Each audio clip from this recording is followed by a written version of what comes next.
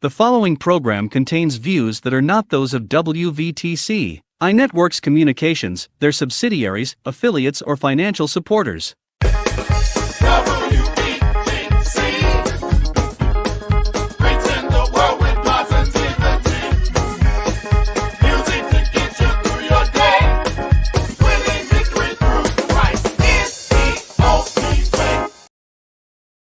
Go to your Apple or Google Play Store and download the WVTC Gospel Radio app today. You can also say, Alexa, play WVTC Radio Skills. Would you like to play WVTC Radio Network? Absolutely. Download it today. Praise the Lord, saints. Hallelujah. It's blessed to see you on another Saturday afternoon. I'm Bishop Sherman Henderson, Senior Pastor of Revival in the Land Missionary Baptist Church, located at 9134 South on Cottage Road. And I'm Minister Marquise Holyfield, evangelist at Revival in the Land Missionary Baptist Church. We are super excited to have you here with us for Ril Inspired Radio, Saturday morning. Hey, this is a blessing. We want to remind you that if you're not doing nothing on Sundays, we have Sunday school every second and fourth Sundays at 10 a.m. and we have morning service at 11 a.m. every week. And we would love to have you there. Soon to come, you'll be seeing us on Facebook Live and TikTok. So we're expanding our multimedia ministry. Yeah. Today, what do we got here today? Oh, so we got a lot. So first, we want to go over some things that happened this week quickly. So we know we had the primary elections. Oh, yeah. And it was some interesting stuff that came out of the primary elections this week. Okay. So the first thing, we know that on the Democratic side, Biden won, but then we also know on the Republican side, Trump won. Oh yeah, that's a foregone conclusion. We're gonna have grumpy old men round two for this year's election. Yeah, I think that's how it's looking. But it's interesting, looking at how many primary elections that Trump has won. He's gotten a lot of states, a lot of states. He's the voice of that party right now. Good, bad, and different in spite of everything that happened. He's the voice of that party. The only interesting thing I see about that concerns me is that neither side has a bench. So I know. After they top of the ticket, they really don't have a bench of anybody who's doing anything. And both of those gentlemen are elderly. I know. And it can go either way.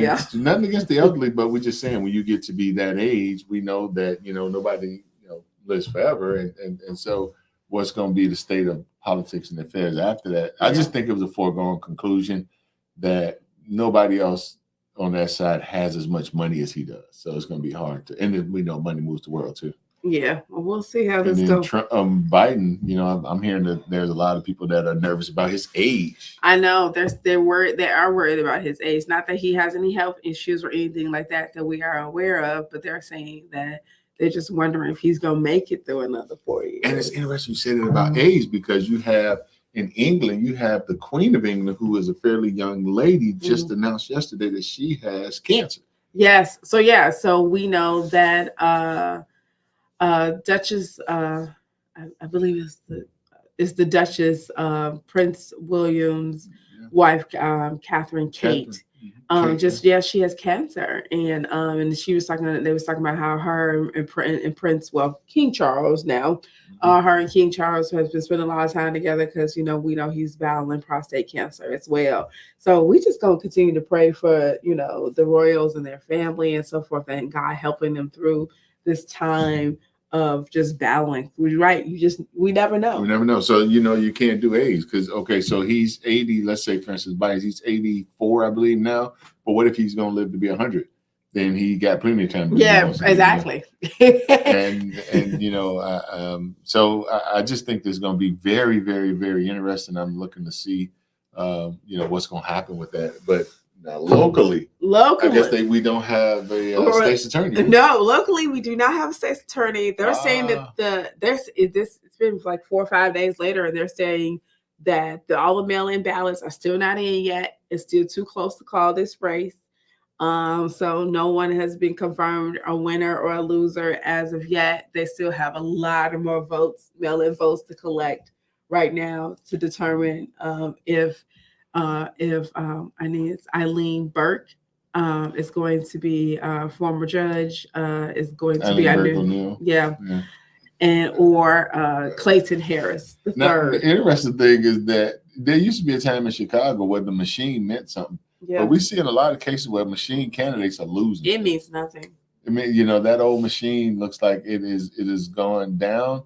You know, you would never have such a challenge, you know, in the old days. But that's probably a good thing too. You know, that you know that the power is being that people are being more selective about who they vote for, because I guess you did have two platforms. One platform was to continue on with the pattern of Where we at? social justice versus those who are in favor of tightening up the laws so that things are safer. So yeah, and I think because in Cook County we've seen so much violence and so much distress going on right now in that area, people want to go. Sometimes people want to go far left or far right to those, and not really understanding that we need a balance. And you know, my main concern is that whoever gets in office is going to bring the balance. It's going to bring that compassion that we need, but also who's going to bring that justice that we need, because we need both.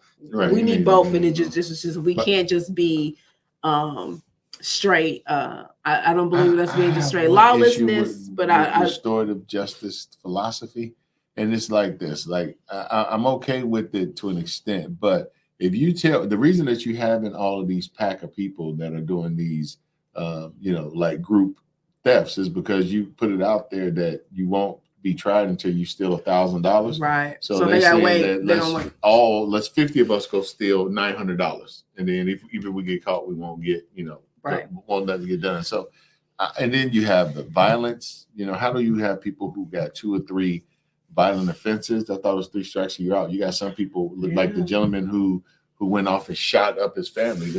He was literally out on a violent case then, and so you know, I think that we need to make sure that people who can't cope with society be separated, right? If that means prison or hospital, whatever, because we got to get our arms around crime, and crime cannot be celebrated in our community. No, it cannot.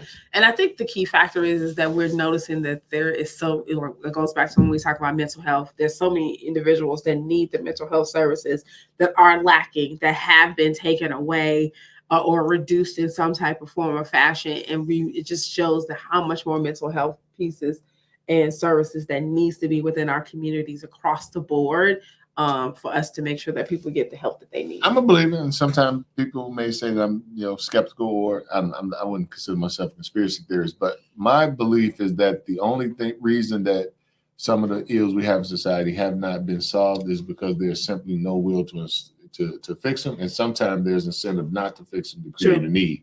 Because, you know, like we found money for migrants for homelessness. So then why have we struggled with homelessness so much in, you know, in times before the migrants came? Because you got 68,000 residents of Chicago, who are homeless, right? And so where was the incentive to what's the incentive to fix that for them, right? Yeah. Because, and it's interesting that you say that, because we know that there was a Bring Chicago Home piece on the ballot that right now, or initially they said that it failed because it got more no's than yeses, but I just read something this morning that says not necessarily, because all the votes are not in, all the mail-in votes are not in, so we don't know. There's a favor amount that says no for the taxation, then there's not. And it was interesting to me because as a Chicago resident, and as I actually read it, they gave you the full description on the ballot of what it actually says.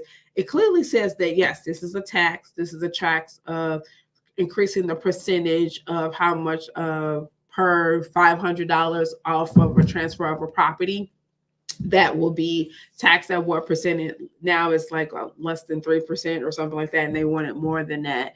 And the interesting part of it is, but it does tell you that it's over homes that's $1 million or more. Well, right. So my thing of it is like, I mean, I know there's quite a few $1 million homes, but the average person, their home is not costing them that much. Well, and see that and therein lies a problem for me. right? Because then you have when you think about $1 million home, we more or less think about, oh, this is somebody who's rich and everything else. But somebody with a $1 million home is probably just middle class. And then you have MDU or multi-dwelling units that would fall into that. And not only do you have that tax, but we just had an assessment where a lot of people homes, especially in the city of Chicago, taxes went up exorbitantly. Yes. Now on top of that, you're gonna add a 1% tax on that. Tax. I tend to be a free market person.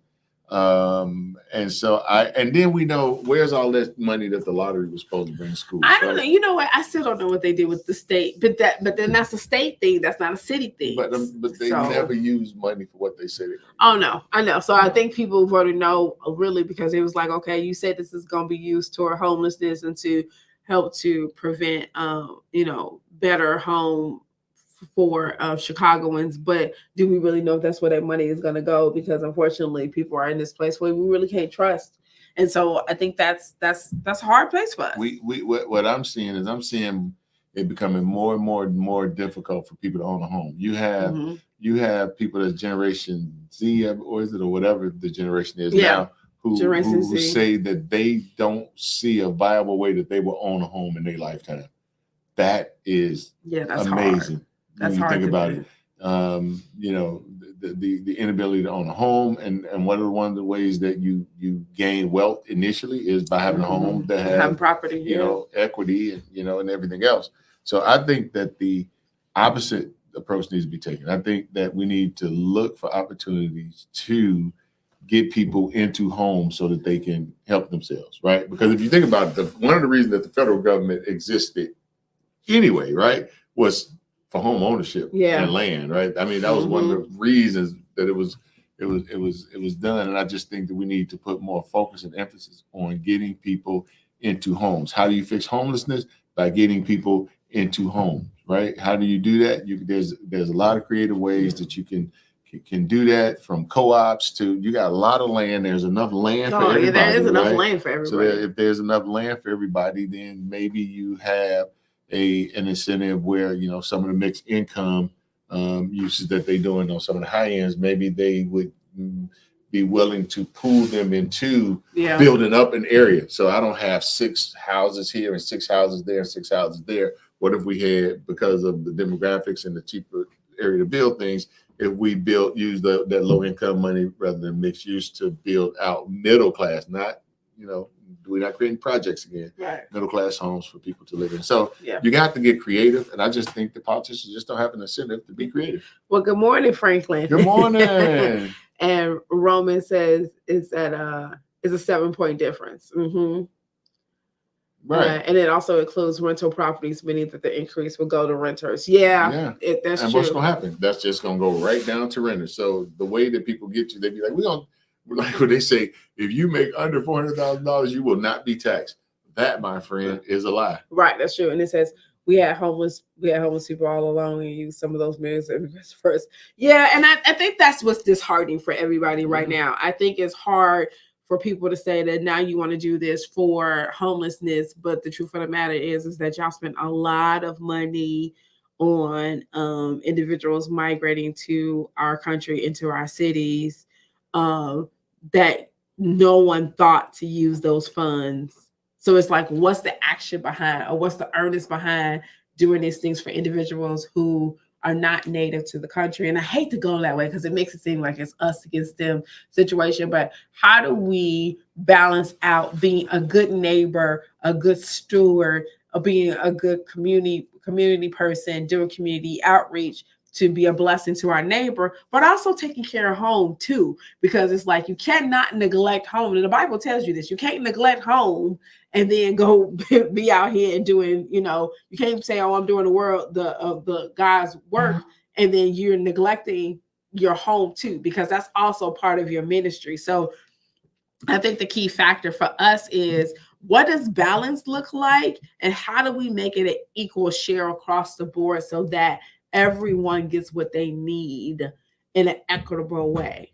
I think we got to attack some of the things that cause homelessness, right? So True. What are the causes? Well, they saying, and a lot of people think it's like, oh, lack of jobs and so forth. Some of it is that, but a 90. They're saying that the 90% of the individuals that are out there is really about mental illness. Absolutely. So that's when we need to beef up our mental, because we have people who got degrees that are homeless.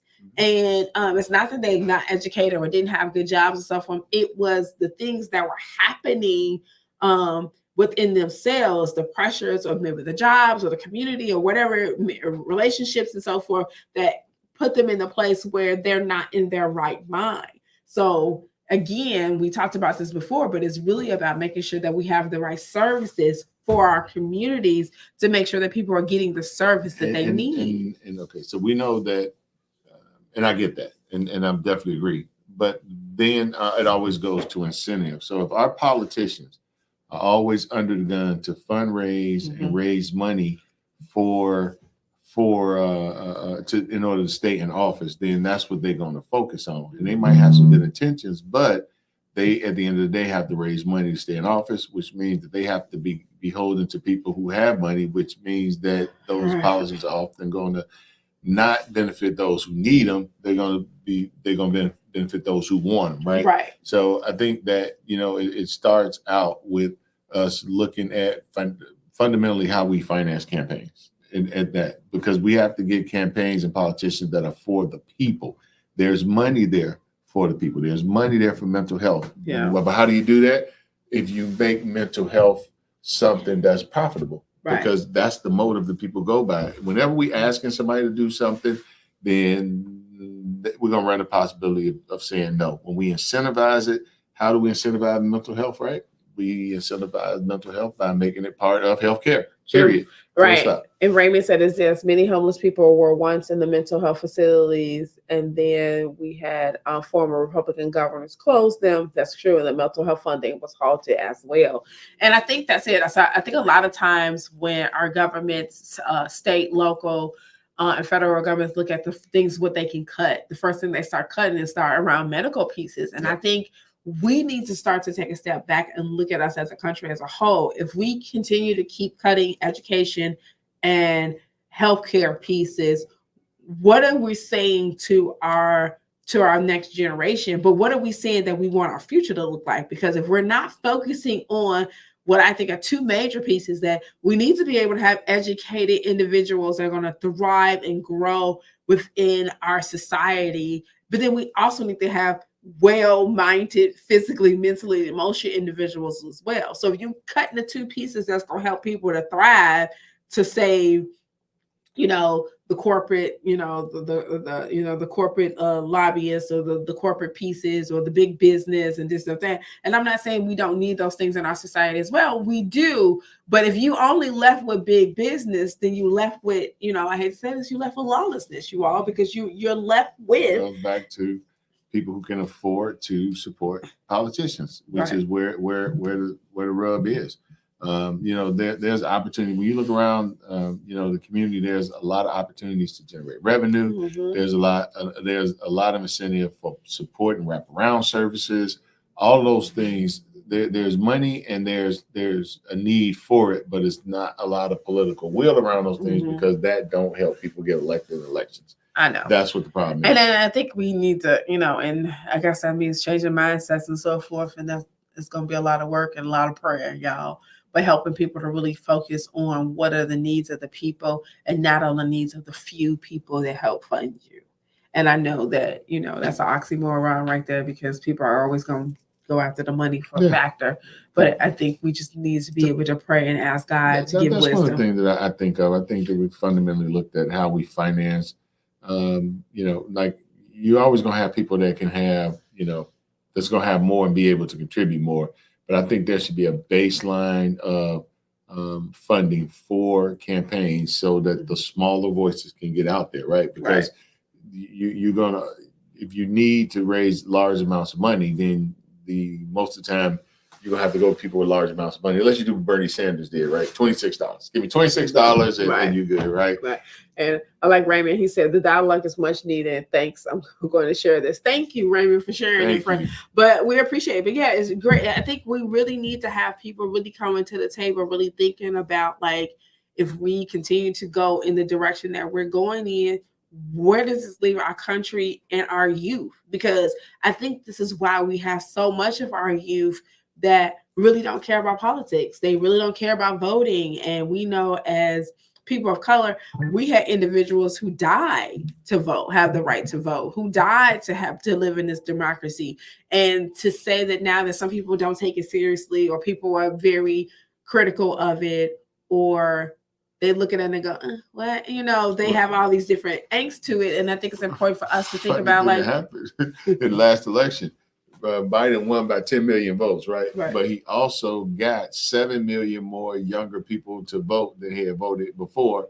And primarily that was because a lot of them were motivated by student loan relief. I know. If you have policies that impact the people, they will come out. Exactly. But you know what?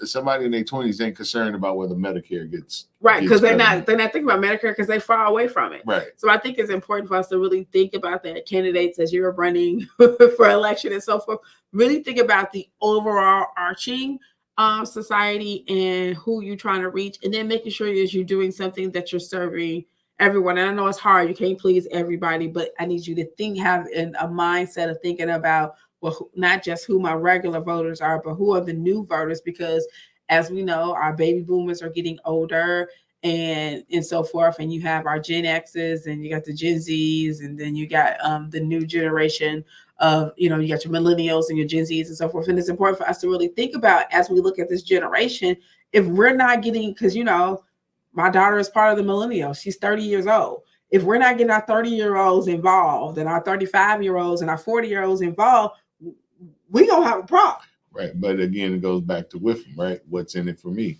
So we have to think about things that will motivate 30-year-olds in mass, right? Mm-hmm. Like ironically, I know it might be funny, but this possible ban on TikTok may be something to get people to come out and vote. Maybe some young people come out and vote. I mean, things like that. It's things that directly impact them, like jobs, right? So jobs, healthcare, being able to buy a home, being able to pay off their college debt, thinking about all those different things I think are going to be key and important. Yeah, I mean, you think about it. One of the things about when you talk about college debt, you borrow $10,000 and now you owe $100,000. You're never getting from under that debt. You're never getting from under that debt. So at some point we need to stop, take a pause, reset, and get young people from out of that crippling debt, because that's why they're never going to own a home. Sure. Because that $160,000 they were going to use to buy a home, they're now using that to pay student loan. I know, and like Raymond said, if they don't get involved, we're going to have a bigger problem. What'll happen is you'll have, and the good thing about it is our country is built for revolution, right? We have revolutions every 4 years. It's called elections, right? So, but what's going to happen is you're going to get a motivated middle class, because I think that's where it's going to come from. That's going to be like, I'm tired of it, right? Because if the middle class in the Republican and the Democratic Party voted as one block, they would win every election hands down. Because the middle class, you only have a small group of people that's rich, that top 10%, right? And then you have another 15% that's poor. That's 25%. The 70% is the middle class. I know. And that's what moves, that's what shakes. And so when we get somebody, and like them, hate them, or whatever. So I'm not talking about it from a political stance, but the energy behind Trump has been that he just simply there used to be a guy, and Clinton used him too. His name was Dick Morris. And what he did is he did this thing called triangulation.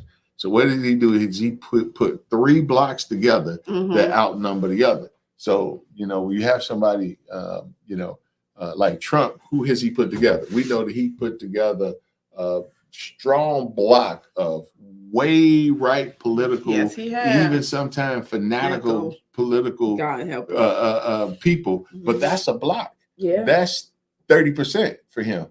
You know what I mean? And it's probably about 20% of the total electorate. But that's why nobody can beat him in the Republican primary, because he's going in with 50% of that block. Yeah. And they can be some of the far end and extreme and everything, like that. And he but if they for me, good. Keep it up, right? So that's one block. So then you have this other block of that he gave $1 trillion to the business community, right? Yeah. So that's another block. So you get this triangle together that gets hard to enough beat to push the message. and enough to get right. So it's like we need to look at that, and then you look on the other side, and that block for him are liberals, right? So those on the left, and then you have those from, I hate the term minority communities, but those from the diverse communities, right, tend to be Democratic, and so he needs another post. And Raymond said I think he has less than that, but he has enough to get people to the primary, right? And that's why they're beholding to him. That's their fault, and that's their problem, and that's the Frankenstein monster that they've created. And when Democrats vote in the mass, they win. And and it's true, we have that, but we also have so many different things that are going on in our society. I think it's key and important. And we're going to get ready to transition out. But I think it's key and important that we be mindful as voters. And we need to remind the people that we are electing that they think wholeheartedly across the board about the needs of society and your people, and not just one percentage that can help fund you. Because Raymond's right. You get to feed the monster and so forth.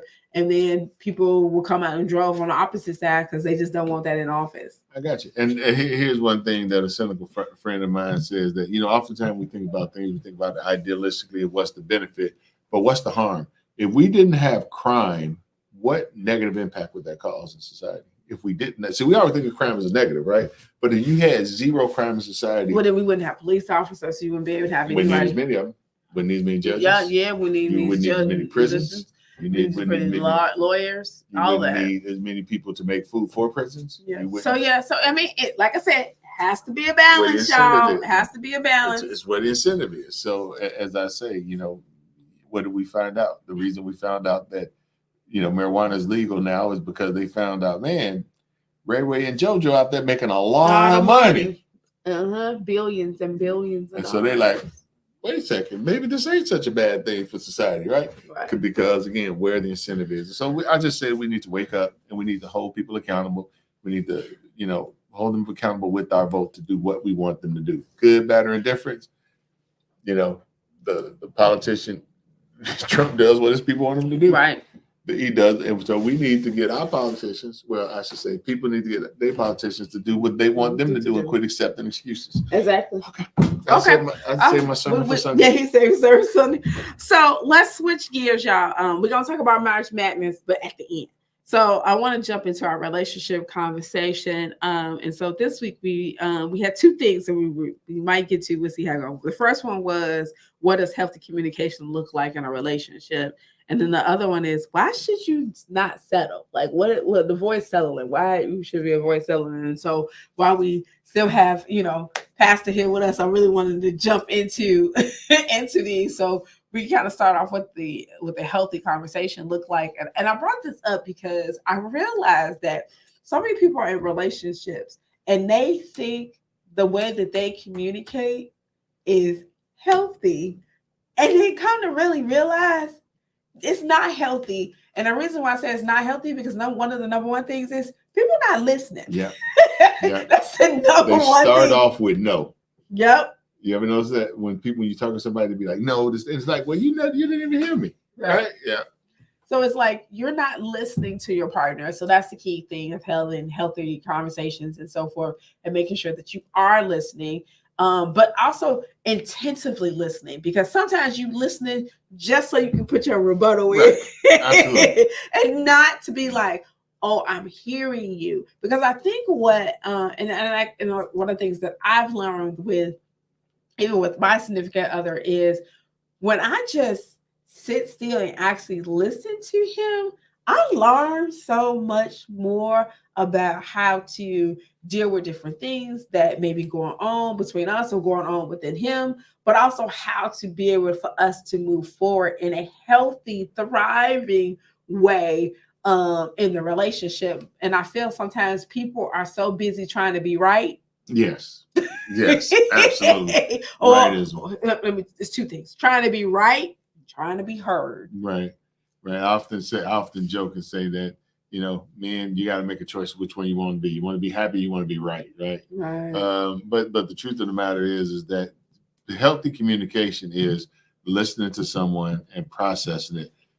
I know that whether you're talking to coworkers or a significant other, no matter what you say, it's not collaborative. And I find that people who have the best relationship have collaborative communication, where we're collaborating to do something, not one trying to drag the other or convince the other.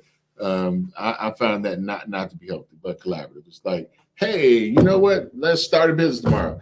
Hey, what are you thinking about? That rather than, oh, well, we never have money for that. Oh, this can't happen. Yeah. Oh, no. That drains me, and it's draining to have conversations like that. So you have to decide, because here's the truth of the matter. Your relationship can be anything you want it to be. Yes.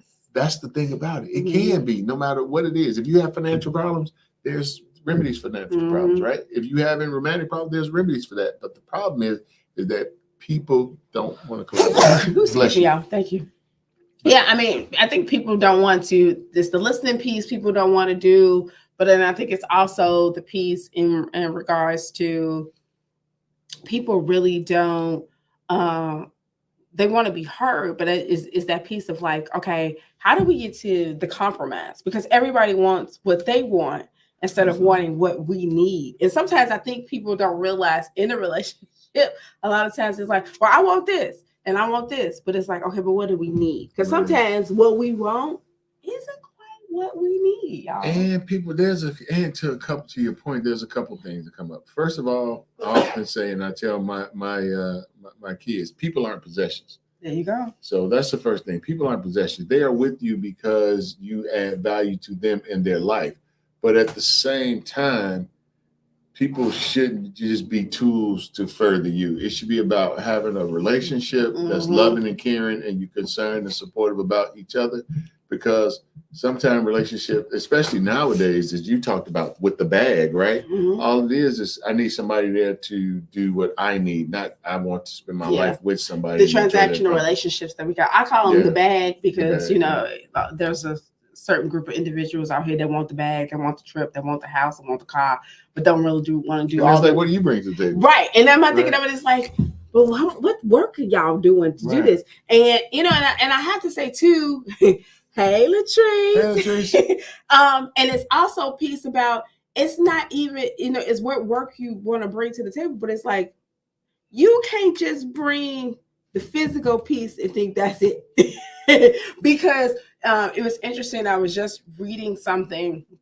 I think it was either on Instagram or Facebook. It was an article, and it was talking about this couple who had been married for about 50 years, and the wife ended up having a heart attack, and then the husband took her to the hospital, and then of course the wife passed away, and they had 3 children, and they was there, taking care of their father and so forth. And they was like doing the services and so forth. The father really didn't mourn. He just was kind of quiet. And then he got up, the day after the funeral, and he kind of told his kids, he was like, he got up, he fixed breakfast, and they was like, Dad. And he was like, no, it was the evening. He's like, I need to go to the cemetery. And he was like, Dad, it's 10 o'clock at night. You can't get to the cemetery. He said, I need to get to the cemetery. And then in that moment, the kids realized, and they said they understood what love really was, because he talked about how he was like, it's been 50 years.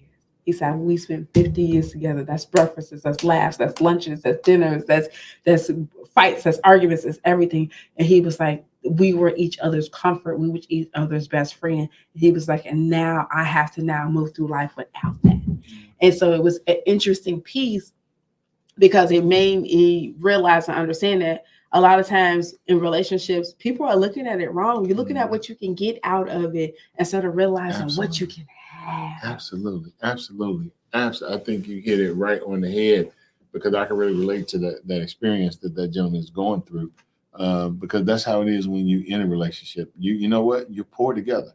You got money together. You strive together. Yes. You struggle together. It's not just one person saying, okay, I need you to go get me this, and I need you to go buy me that, and I need this from you, and I need that from you. It should be, if you look at the wedding vows, it say that, in good times, in bad times, for rich or for poor, for sickness and health. That means that you committed to another person, and it's not just stuff, because sometimes you can have a situation where you can give somebody a gift and they not appreciate it. You like, wow, did you not? It wasn't about the gift; it was about the love, right? Like my grandson made me a picture one time, and it was me, but I had a scribbly face on me and everything else. But I really appreciate the fact that he wanted to make a picture of his grandpa at work, Yeah. And that's what we got to get to. Relationships are based upon that connection them two had, that they were together. So I totally get it, and that's it takes time to build that. I get it. Yeah, it does. But it can't just be transactional and I want, and I mean, because that dries up pretty soon, But when you're in love, you don't mind giving somebody your last dime. I don't have any problems. Right. Well, yeah, when you love a person and truly love them, your last dime, the last piece off your plate. Right. Like y'all sharing that milkshake together. Right. All those different pieces. And I think that's key. And I think those are some of the things I think that people need to think about and realize as you are in relationships and as you're trying to grow and heal and develop in your relationship, because your relationship is supposed to grow. It's not supposed to be stagnant, you all. And if it continues to be stagnant, then you need to figure out where it is. And a lot of times it is in this communication piece. Are we listening? Am I worried more about what it is that I want instead of what my partner wants? Are we in a place where we can compromise and listen to each other and work together as a team and be each other's partner? Because I think people get in relationships and they just want to be catered to. They want to be catered to. Right. It's all about them. They want to be catered. How do you make me feel? What are you doing for me? What are me, I. And I just think that gets old. But I think that that's also a behavior that's being talked into our generation by the media. That sacrifice. I mean, I can think of my parents. When my mom had to go to work at night, my dad had to work at the day so we could have a house, right? So it wasn't just the bag. It was like, here's what we're going to do. And then later on, it came a time we told my mom to stay home. She not to work, right? And that was the benefits of it. And I think people need to get away from dating and I need a husband, and they need to start having relationships. And then also understanding too what it takes to build a relationship. Ramon says, yes, exactly. The culture and social media will kill it. And I think it's one of the things that we have to understand, like, what does it take to get and be in a relationship? There are going to be strife. There's going to be challenges. There are going to be hard times. There's going to be joys. There's going to be love. There's going to be all these different pieces. But I think it's important for us to realize too, that you have to have communication. You have to have patience. I know people hate that word, but you also have to go through a process, because what we learned that what God is doing on the inside of us is he's taking us through a process to build character in us. Well, in relationships, he takes us through a process again in relationships to build the character, not only the two people in the relationship, but to build the relationship to be able to withstand all the things that you may face in life. And when you don't take the opportunity to really embrace those things wholeheartedly, you do what we talk about the next piece is, when we start talking about the settling piece, is then you start to settle. Then you start to really be in this place where, oh, okay, I'm just going to take this because I just want to be with somebody. And then what you do is you're setting yourself up and that person to be miserable, because if you don't really want to be with somebody and you just settling, you ain't gonna like the way they use soap. You're like, why you using soap that way? But everything that they do is gonna bother you, because the truth of the matter is you don't want to be with that person. You just settling because you need somebody to pay the rent. You need somebody, Exactly. And that happens in a lot of relationships. A lot of people are in relationships by themselves. There's two people there, but they really they get separate lives. You do your thing, I do my thing, and we occasionally come together and make it look nice. And I think too, also we talk about the fairy tale aspect of it. So many people be like, oh, and they live happily ever after, but they never show what the process of the marriage is, or the process of the relationship to get to the marriage. And I think it's important for people to step back and realize that you need to understand that it's going to take work. It's going to take daily work. It's going to take internal work on yourself Absolutely. and in the relationship. Because I think people get in here, you got all these shows like Love is Blind and all these other different reality shows that's out here, and Married Without Being Seen, and all this other different stuff, and people had to grow, to develop, to be in a relationship, to be married, and so forth. And then you found like, oh, it's pieces about you that I didn't like. Right. But right. But it's the key factor of it is you're not allowing yourself to get to that, because everybody, you want the husband, you want the wife, you want the big wedding, you want the big house, and it cannot just be about those things, because it has to be, I want the marriage. And I want to marry my best friend too. Yes. That's what I want to do. I want to marry my best friend, that we talk about things, we go through things together, so that when we down, we got each other's back. And so I'm definitely agreeing with you on that you want to be with somebody who wants to be with you, not somebody who just need a man. Right. But I need a man, or I need a woman. No, I want somebody to cook for you, or clean for you, and wash your clothes. And I think it's important too. And then as we talk about the settlement pieces, we want you to look for those red flags, because if there's certain things that, if you start off, like they say, however you started, that's how you gonna finish it. So if you start in the relationship off not being your authentic self, if you pretending like you cook every day, you don't. You don't. And if you know that you don't keep a house clean all the time, and you don't. Don't walk into a relationship with an agenda. Oh, let me trick this man into. I tell people all the time. Sometimes when you tell people everything you want, they become everything you want until they become themselves. Yep. So you have to give some time to bake in that relationship.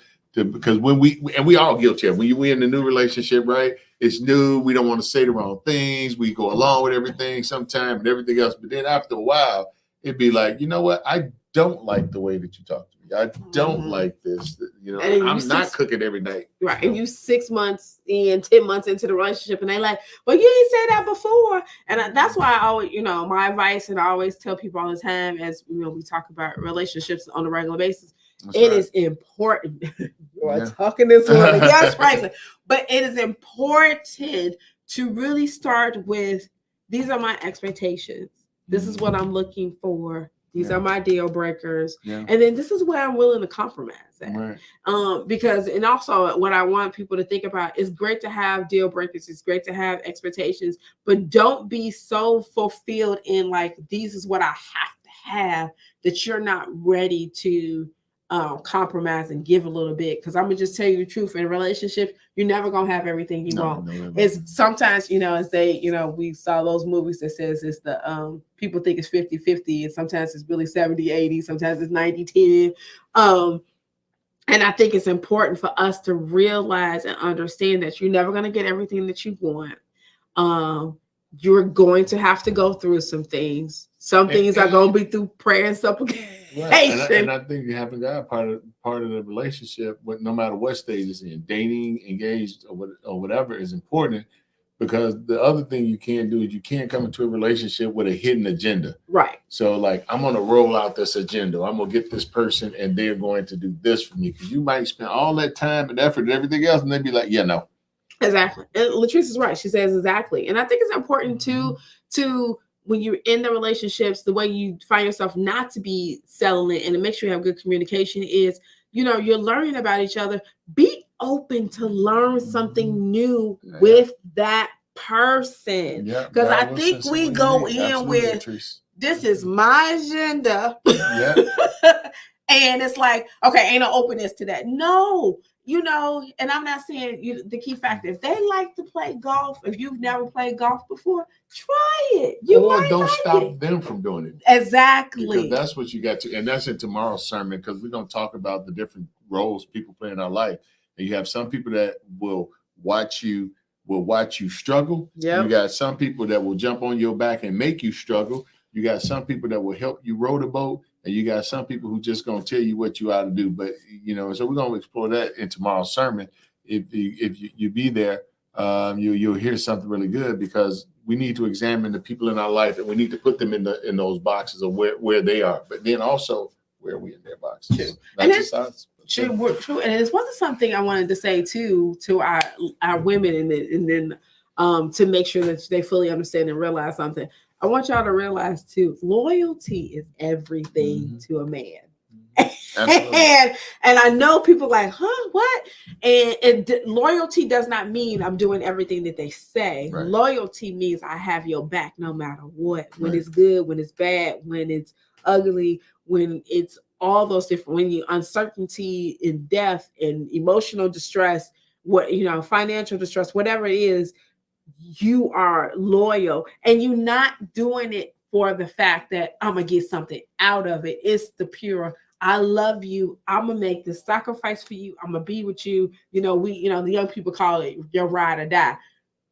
It is very important for men to see and understand that we as women have their back in season, out of season, no matter what it is, because that helps also to field and push the relationship to the next level. And I think when we don't do that wholeheartedly, we start to see some of these breakdowns in the marriage and the relationships, and we find out where men start to pull back a little bit, and Absolutely. women don't understand, like you were a giver at first, and then all of a sudden you stopped. Yeah, and that goes to a whole, because time is flying on us. It's about time, but maybe we'll talk about that next week on what the things that men are looking for, because men are pretty simple. Men want a lady who's going to be supportive, affectionate, somebody to be a partner, someone to be be a partner, and some of the things that society promotes actually are negative. Because have you ever noticed, and I'm not making a generalization, have you ever noticed that all the people that I saw on My 600-Pound Life were married? And why is it that a lot of young ladies who may by social means be more attractive and more available, why they're single? You have to ask yourself that, right? And so I think we could talk about that next time. Okay. Yeah, because physical appearance means something, but men are looking for connection. They're looking for connection and connectivity. And it's funny, and it's one thing I want to say, it was interesting. If you all haven't got a chance, look at the documentaries. There's The Quarterback, and it shows the three different quarterbacks. It's Patrick Mahomes, Kirk Cousins, Mario Markowski, I think that's his name. And look at them. And the interesting part is it shows you their life, but it also shows you their spouse. And when it shows you their spouses, their wives are going over these plays with them. And a lot of them met when they were either in college or right after, before they even became superstars.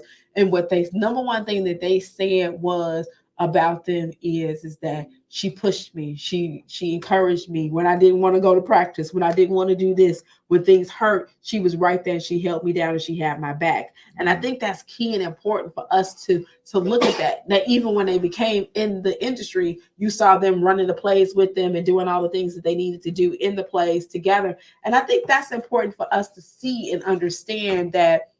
Facts, Latrice saying, I think that's important to see and understand is that is what's happening. And I'm going to close because we got to go. But you hit it. I think that needs to be next week's topic. We're going to go into that a lot in depth if we can make a note of that, because that is more than this minute. But you hit it on the head. Some women in men's life push them forward, and some women in men's life become an impedance to them doing things. Like, why are you always golfing? Why are you always doing this? Why you all? And they become an impedance. And what happens over time is that men be like, I don't need another mom. I'm going to do what I'm going to do. And as you mentioned, they going through plays with them, not like, I don't want to watch football. They what are they doing? They collaborating. All right. So we had an exciting show today. We want to thank you. And Marquise, you want to? Yes. So first of all, I just want to thank all of you all for coming out this Saturday morning and spend time with us. We really have enjoyed you all. Thank you for the just time and the comments, Latrice and Franklin and Raymond. And thank you, and Ramon, and all of you all just being here and just being supportive and encouraging us. We want to remind you all, don't forget to come and join us for church service tomorrow at 9134 South Cottage Grove, Revival in the Land Missionary Baptist Church. We start service promptly at 11 a.m. And we will also have Sunday school. We have a dynamic Sunday school teacher, Sister Pam. She break it down and help you to really understand the facts of what it is and how to live and walk this Christian journey. And then we will have snacks. We always have some donuts. So come to have donuts and coffee with us and enjoy and fellowship. we always say, don't meet us there, beat us there. And God bless you. Have a smile upon you. We'll see you next week. This is Bishop Sherman Henderson, Senior Pastor of Revival Land Missionary Baptist Church. Good evening. Go to your Apple or Google Play Store and download the WVTC Gospel Radio app today. You can also say, Alexa, play WVTC Radio Skills. Would you like to play WVTC Radio Network? Absolutely. Download it today. Views made on the preceding program are not those of WVTC Radio, iNetworks Communications, or their financial supporters. Winning victory through Christ, WVTC Allsip Chicago. And